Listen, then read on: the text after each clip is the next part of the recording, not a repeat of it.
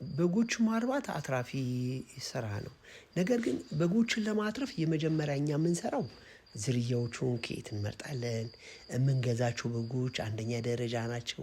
ክሳታቸው ሁለተኛ ደረጃ ናቸው ወይስ ደግሞ ሶስተኛ ደረጃ ናቸው ወይ? ሶስተኛ ደረጃን ብንገዛ ምን ያህል ወጪ ያስወጡናል? የመጀመሪያው ምክንያቱም በብዙ ፓራሳይት የተጎዱ ናቸው። ሰውነታቸው በጣም የከሱ ናቸው። ስለዚህ ረጅም ጊዜ እኛ ጋር ማብላት፣ ማጠጣት፣ ማከም አለብን። እስኪ ማብላት የሚለውን እንየው። ማብላት ማለት እንስሶችን በገፍ ምግብ በብዛት ስለሰጠናቸው ሰውነታቸው ይቀየራል ብለን ማሰብ የለብንም። ለምንድን ነው? ቀደም ሲል በተለያዩ ቪዲዮዎች ላይ እንደነገርኳችሁ በጎቻችንን ብዙ ምግብ በሰጠናቸው ቁጥር ለቁርጠት፣ ለተቅማጥ፣ ለምግብ ማቅለሽለሽ፣ ለድካም ስሜት እንዲሁም ደግሞ ራሳቸውን ስተው እንዲወድቁ ሊያደርግ ይችላል። ከዛም በተጨማሪም ደግሞ አሲዶሲስም ሊከሰት ይችላል። እንዲሁም ደግሞ ኢንተሮቶክሲሚያም ይከሰታል። ቀደም ባሉ ቪዲዮዎች ላይ ኢንተሮቶክሲሚያ ምንድነው ገልጬላችኋለሁ። አሲዶሲስን አይተናል። ነገር ግን ሁልጊዜ ማየት ያለብን ምንድነው በጎቻችን እስኪጠግቡ ድረስ ማብላት መቻል የለብንም። በተለይ በጎቻችንን እንደገዛናቸው አካባቢ ለኛ አካባቢ ለምግብ ምቾት እንግዳ ስለሆኑ በጣም የተትረፈረፈ ምግብ መስጠት የለብንም። ለምንድነው? ቅድም እንደነገርኳችሁ ተቅማጥ ይመጣል። ተቅማጥ በሰውነታችሁ ውስጥ ያሉትን ንጥረ ነገሮች በሙሉ እንዲወገድ ያደርጋል። በዚህ ጊዜ በጎቻችን ምን ይሆናሉ? ይደክማሉ። ሲደክሙ ደግሞ ምን ይሆናሉ? የምግብ ፍላጎታቸው ይወርዳል። የምግብ ፍላጎታቸው ደግሞ ሲወርድ ይከሳሉ። ሲከሱ ደግሞ ከፍተኛ ኪሳራ ይገጥመናል። ለተለያየ የመድኃኒት ወጪ እንዳረጋለን። እንዲሁም ደግሞ ሊሞቱ ይችላሉ። ስለዚህ ተቅማጥ ለወለዶች ላታቸውን ከፍ አድርገን የምናየው ምንድን ነው? እዚህ ቤት በጎቹ ከገቡ በኋላ የተቅማጥ ወለድ መጣ። በምን ምክንያት? በውሃ አይደለም፣ ግን በምግብ ብክለት ነው። ፍሩሽካ አብዝቶ በመስጠት አረንጓዴ ለምለም ሳሮችን በብዛት በመስጠት አረንጓዴ ለምለም ላሞች ለምንድን ነው ተቅማጥን የሚያመጡት የሚለውን እስኪ እንየው። ብዙ ጊዜ እንደዚህ አይነት ነገሮች ሳሮቹ ላይ ምን ይኖራሉ? ፓራሳይቶች ይኖራሉ። እነዚህ ፓራሳይቶች ወደ ሆዳቸው በሚመገቡበት ወቅት በተለይ ደግሞ እርጥበት ካላቸው ብዙ ጊዜ ለተቅማጥ ወለድ ያጋልጧቸዋል። እንዲሁም ደግሞ ሌሎችም ነገሮች አሉ። ግን ሁልጊዜ ማየት ያለብን ምንድን ነው? በጎቻችን ተቅማጥ ሲይዛቸው ምን እንጠቀማለን? እዚህ ጋር አሁን ልጠቀም የፈለግኩት ሳልፋ ድራግ ነው። አንዳንድ ጊዜም ደግሞ ሌሎችንም ነገሮች እንጠቀማለን። ግን ቀለል ላሉ ነገሮች የተለያዩ መድኃኒቶችን መጠቀም አለብን። በተጨማሪ ደግሞ ቫይታሚኖችንም መጠቀም አለብን። ከሳልፋ በተጨማሪ ሳልፋን ስንሰጥ አንዱ የተወጋበትን መርፌ ሌላ በግ መውጋት የለብንም። ለምንድን ነው? በተለይ ተቅማጥ ወለድ የያዛቸውን በጎች መለየት አለብን። ሳል ያልያዛቸውን በጎችን መለየት አለብን። የሚያስነጥሳቸውን መለየት አለብን። የምግብ ፍላጎት የሌላቸውን በአፋቸው፣ በእዳሪያቸው፣ በጉንጫቸው፣ በጥርሳቸው ዙሪያ ላይ ከፍተኛ የሆነ የቫይረስ ስርጭት፣ ከፍተኛ የሆነ የባክቴሪያ መራባት ስላለ አንዱ በበላበት ምግብ የታመመው በበላበት ጤነኞች መብላት የለባቸውም። ስለዚህ የታመሙትም ማድረግ አለብን፣ መለየት አለብን። ነገር ግን ሁልጊዜ ማየት ያለብን ምንድን ነው? በጎቻችንን ከአንድ ቦታ ላይ ባመጣናቸው ቁጥር ደረቅ ነገር ለተወሰነ ጊዜ መስጠት አለብን። ይህን ደረቅ ነገር ስንሰጣችሁ ምን ይሆናል? አካላችሁ እየተለማመደ ይመጣል። እንዲሁም ደግሞ እኛ ጋርም ያሉትን የመኖ ሁኔታዎች ምን እናደርጋለን? 10%፣ 20%፣ 30%፣ 40%፣ 50% እያደረግን እያለማመድናቸው መምጣት አለብን እንጂ አለበለዚያ እንደዛ መሆን የለበትም። ለምንድን ነው? እዚህ ጋር አሁን የምናክምበትን መርፌ እዛ ስቶቭ አይታችኋል። እዛ ጋር ቶሎ መቀቀል አለብን። ለምን? በሽታዎችን አለበለዚያ እናስተላልፋለን። አንድ በግ በተወጋበት መርፌ ሌሎች በጎች መወጋት የለባቸውም። በጣም ጥንቃቄ ማድረግ ያለብን፣ በጣም ማስተዋል ያለብን።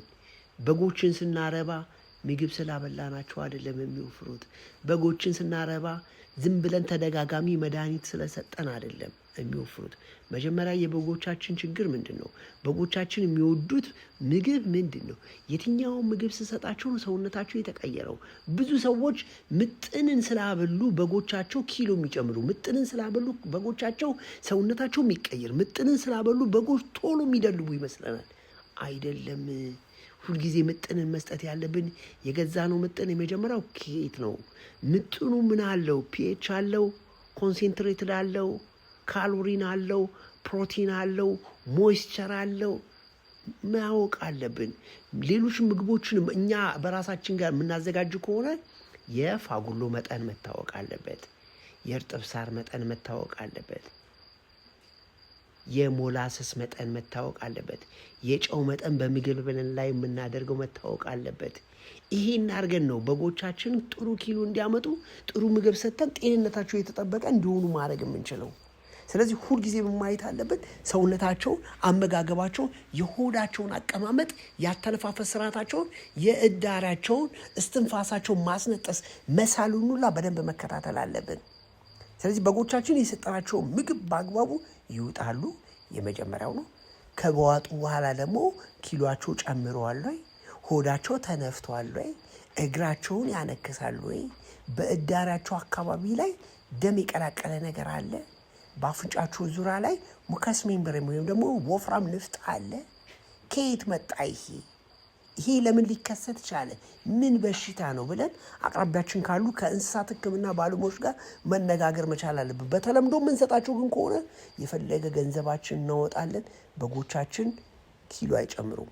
በጎቻችን ምግባቸውን አይበሉም። በጎቻችን ኪሳራ ነው የሚከቱን። እነሱ ለውጥ ካላመጡ ደግሞ እኛ የገቢ ምንጭ አናገኝም፣ ስራውን እንጠለዋለን። ስለዚህ ሁልጊዜ መስጠት ማልቻል አለብን። የበጎችን ማደሪያ በደንብ ማዘጋጀት፣ የበጎችን አመጋገብ በደንብ መከታተል፣ በጎችን ከየት ነው የምገዛቸው ብሎ በደንብ ማወቅ፣ ከመጡ በኋላ ደግሞ ጥሩ አመጋገብ መስጠት፣ ጥሩ ማደሪያ መስጠት። የሰጠናቸው ምግብ ተመቻቸው፣ ሽንታቸው ላይ ደም አለ፣ ሽንታቸውን በአግባቡ እየሸኑ ነው፣ እዳሪያቸው ላይ ደም አለ፣ ያምጣሉ፣ ተቅማጥ መጣ፣ ፍሩሽካን የበዛው፣ ፋጉሎን የበዛው፣ ጥሩ የምግብ ውህደት አላቸው፣ ሆዳቸው ተነፍቷል፣ ያመነዛሉ፣ ሙቀታቸው ጤናማ ነው፣ በተኙበት ቦታ ላይ ይንቀሳቀሳሉ። እነዚህ ነገሮች በደንብ ማየት አለበት። በረቴ ውስጥ ምን አይነት በሽታ ተከሰተ? እንደዚህ በጎች እንደፈለጉ እየተንቀሳቀሱ የሚበሉልን ከሆነ በደንብ ማየት አለ። ግን በጎቻችን ምንድን ነው እስኪጠግቡ ሆዳቸው እስኪነፋ ድረስ መስጠት የለብንም። አንድን ድርቆሽ ከሰጠን በኋላ ቀጥለን ደግሞ ምን መስጠት አለብን? የቆሎ ገለባ፣ የሽምብራ፣ የአተር፣ የአኩሪ አተር በውስጡ ምን አለው? ብዙ ነገሮች አሉት። እነዚህ ነገሮችን በደንብ መጠኑ ሲበሉ ነው። ከዛም ደግሞ በመቆያ ቦታቸው ላይ ብዙ ረፍት ማድረግ አለባቸው። እነሱ ባረፉ ቁጥር ሰውነታቸው ይጨምራል። እነሱ ባረፉ ቁጥር ምግንዛሃቸው ይጨምራል። እነሱ ባረፉ ቁጥር በሰውነታቸው ውስጥ ያሉት ባክቴሪያዎች እንደ አዲስ እያደጉ ስርጭታቸው ከፍ እያለ ጤናቸው የተጠበቀ እየሆኑ ሰዎች ገና ሊገዙን ሲመጡ የሚያምሩ በጎች፣ ገና ሰዎች ሊገዙን ሲመጡ ኪሎአቸው ከፍ ያለ፣ ገና ሰዎች ሊገዙን ሲመጡ በቀይ ስጋ ይዘት የተሞሉ፣ ገና በጎቻችንን ሊገዙን ሲመጡ ከፍተኛ የስብ ክምችት የሌላቸው፣ እንዲሁም ደግሞ ልጅነት ያላቸው፣ የሚጣፍጥ ስጋ በቀላሉ የሚዋጥ፣ በቀላሉ የሚለሰልስ፣ በቀላሉ ሰዎች በልተው ቁንጣን የማያሲዝ በጎች አሉን ማለት ነው። ይሄን ስንሰራ ነው ውጤታማ መሆን የምንችለው። ስለዚህ ሁልጊዜ መስጠት አለብን። ንጹህ ውሃ፣ ንጹህ ምግብ፣ ጥሩ ማረፊያ፣ ብዙ እረፍት እንዲያደርጉ ማድረግ፣ አመጋገባቸውን መከታተል፣ ቫይታሚኖችን መስጠት፣ የምግብ ለውጥ ካለ ቁርጠት ካለ ማወቅ።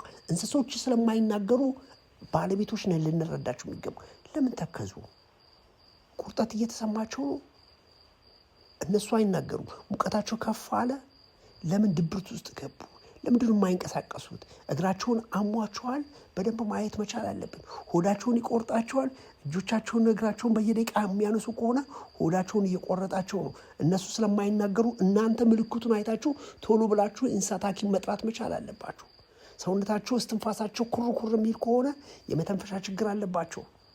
ቶሎ የሚስሉ ከሆነ ሌሎች ቫይራል ዲዚዞች ተጠቂ ናቸው። ባክቴሪያል ዲዚዝ ተጠቂ ሆነዋል። ስለዚህ ይሄ ከምን አኳያ ማየት አለብን? ተላላፊ ነው ተላላፊ አይደለም? እርባታን ስንሰራ ወደኛ የሚተላለፉ በርካታ የጤና ችግሮች አሉ። ስለዚህ የመጀመሪያ ስራችን ምንድን ነው? የእንስሶቹን ጤንነት መጠበቅ። ለምን? ከእንስሶች ወደ ሰው በርካታ በሽታዎች ስለሚተላለፉ። እኛ ደግሞ በጎቹ ጋር እንስሶቹ ጋር የምንውል ከሆነ የበጎቹ ጤንነት ካልተጠበቀ በሽታዎቹ ወደኛ ይተላለፋሉ። ከኛ ደግሞ ወደ ቤተሰባችን ይተላለፋሉ። ቤተሰባችን ማን አለ? እናት አለ፣ አባት አለ፣ ልጆች አሉ፣ ፋሚሊ አለን። ብዙ ሰዎች ምን ይላሉ? ገጠር አካባቢ እንዴት እንደዚህ ተኖረ ነው? ገጠር ሌላ ነው፣ ከተማ ሌላ ነው። ከተማ ለከፍተኛ ለእንስሳት በሽታ መራባት ምቹ ሁኔታን ይፈጥራል። ለምን? ከፍተኛ የገበያ እንቅስቃሴ አለ። በርካታ ገበያዎች የት ነው የሚካሄዱት? ከተማ ላይ። ስለዚህ ምን አለ? ከፍተኛ የበሽታ ስርጭት አለ። የታመማለ፣ ያልታመማለ። ከታመሙት ወደ አልታመሙት በቀላሉ በሽታዎች ይዘዋወራሉ። ስለዚህ ለዛ ደግሞ ምቹ ሁኔታ ሰዎች እየሄድን ገበያ እንውላለን። ገበያ ስንውል ምን እንሆናለን? በሽታን ይዘን እንመጣለን። እኛ በሽታን ተለማምደነዋል። ከኛ ታች ያሉት ግን ሰዎች በሽታውን አልተለማመዱትም። ስለዚህ እኛ ተሸካሚ ሆነን ወደ እነሱ በቀላሉ እናስተላልፋለን። እኛም ደግሞ የዛ በሽታ ተጠቂ እንሆናለን። ስለዚህ ሁልጊዜ የእንስሶቻችንን ጤንነት ስንጠብቅ ምን እያደረግን ነው? የራሳችንን ጤንነት እየጠበቅን ነው። ብዙ ጊዜ በተለምዶ እንደምታውቁት እኛ ሀገር ጥሬ ስጋ ይበላል፣ አይመከርም። ነገር ግን ምንድን ነው በርካታ በጥሬ ስጋ ላይ ያሉ ፓራሳይቶች አሉ። እነዛም ፓራሳይቶች እኛ በተዘዋዋሪ በጎቻችንን ካላከምናቸው ምን ሆነ የዛ በሽታ ተጠቂ እንሆናለን። ምግብ በልተን ያቅለሸልሸናል። ምግብ በልተን ምቾት እናጣለን። ምግብ በልተን ቁርጠት ይሰማናል። ምግብ በልተን ሰውነታችን ኪሎ አይጨምርም። ስለዚህ እነዚህ ሁሉ በሽታዎች ከየት ይመጣሉ? ከእንስሳ ወደ ሰው። ስለዚህ እንስሶቻችን ማድረግ አለብን? ማከም፣ ንጹህ ማብላት፣ ጥሩ ማረፊያ መስጠት፣ መንከባከብ። እነሱን ስንንከባከባችሁ ምናል እኛ ከሌሎቹ የተሻለ ተመራጭ እንሆናለን። ከሌሎቹ ሰዎች ተመራጭ የምንሆነው ደግሞ ምንድን ነው? በጎቻችን ጤናማ ስለሆኑ፣ በጎቻችን ከተለያየ በሽታ ነፃ ስለሆኑ፣ በጎቻችን ስጋቸው ጣፋጭ ስለሆነ፣ በጎቻችን በተመጣጣኝ ዋጋ ለማህበረሰቡ ስላቀረብን። ስለዚህ ምን እንሆናለን? ኢኮኖሚያችን ከፍ ይላል። ሰዎች በቀላሉ መጥተው ይገዙናል። እኛም ደግሞ ስራውን እንወደዋለን። በዛው ደግሞ ለብዙ ሰዎች ማቅረብ እንችላለን። ለብዙ ሰዎች ባቀረብን ቁጥር ደግሞ ገቢያችን ይጨምራል። ስለዚህ በስራችን በበጎች እርባታ ስራ ውጤታማ መሆን እንችላለን ማለት ነው። ስለዚህ ምግብ ስንገዛ ሁልጊዜ ምን ማየት አለብን? ይሸታል። በጎች የበልተውት ጥሩ ውጤት አምጥተዋል። እንዲሁም ደግሞ ሆዳቸው ላይ ቁንጣን አላመጣም፣ የሆድ መነፋት አላመጣባቸውም። ሰዎች ደግሞ ከገዙን በኋላ በእኔ በጎች እርባታ ደስተኛ ናቸው። ሰርግ አለ፣ በዓላት አለ፣ ስጦታዎች አሉ፣ ወላጆቻችን የምንጠይቅበት አለ። በጎቻችንን ይዘው ሄዱ ሰዎች ምን ይሉናል? ይህን ማወቅ መቻል አለብን። ይህን ስናቅ ነው ስራችን ውጤታማ መሆን የሚችለው። ኃይሉ ነኝ፣ እንስሳት ሐኪም። ፕሮግራሙ ይጠቅማል ካላችሁ ለጓደኞቻችሁ ሼር አድርጉ። ለሚቀጥለው 4 ቀን ስለ በጎች እርባታና እንክብካቤ ስልጠና ስለምንሰጥ እንዲሁም ደግሞ 65 ገጽ ያለው መጽሐፍ ስላለ ያንን መጽሐፍ መታችሁ እንድትማሩ እንድታውቁ ለማለት ፈልጌ ነው። መልካም ጊዜ። አመሰግናለሁ።